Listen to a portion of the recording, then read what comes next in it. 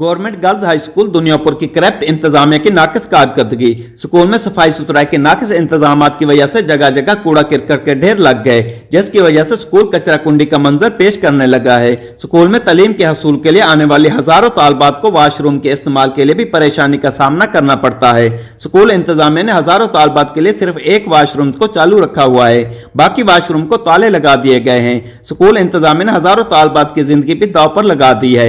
Washroom के सामने व दीगर जगहों पर खड़े पानी से तालबात में डेंगू वायरस फैलने का खतरा है। हुकूमत की जानिब से कोरोना वायरस से बचाव के लिए जारी की गई SOPs पर भी अमल दरामद नहीं किया जा रहा। स्कूल के अकलौते वॉशरूम बेसन पर न साबुन रखा गया, न ही हैंड सैनिटाइजर की सहूलत मौजूद है। स्कूल में बच्चों की तफरीह के लिए लगाए गए झूले भी टूट फूट का शिकार हैं। माल पानी बनाने के चक्कर में इंतजामिया की इस पर भी नजर नहीं पड़ती। शहरियों ने हकाम आला से फौरी नोटिस लेने का मुतालबा किया है। कैमरा टीम के साथ doctor काजम Abbas Bloch, bureau chief, राज न्यूज़, लोधरा।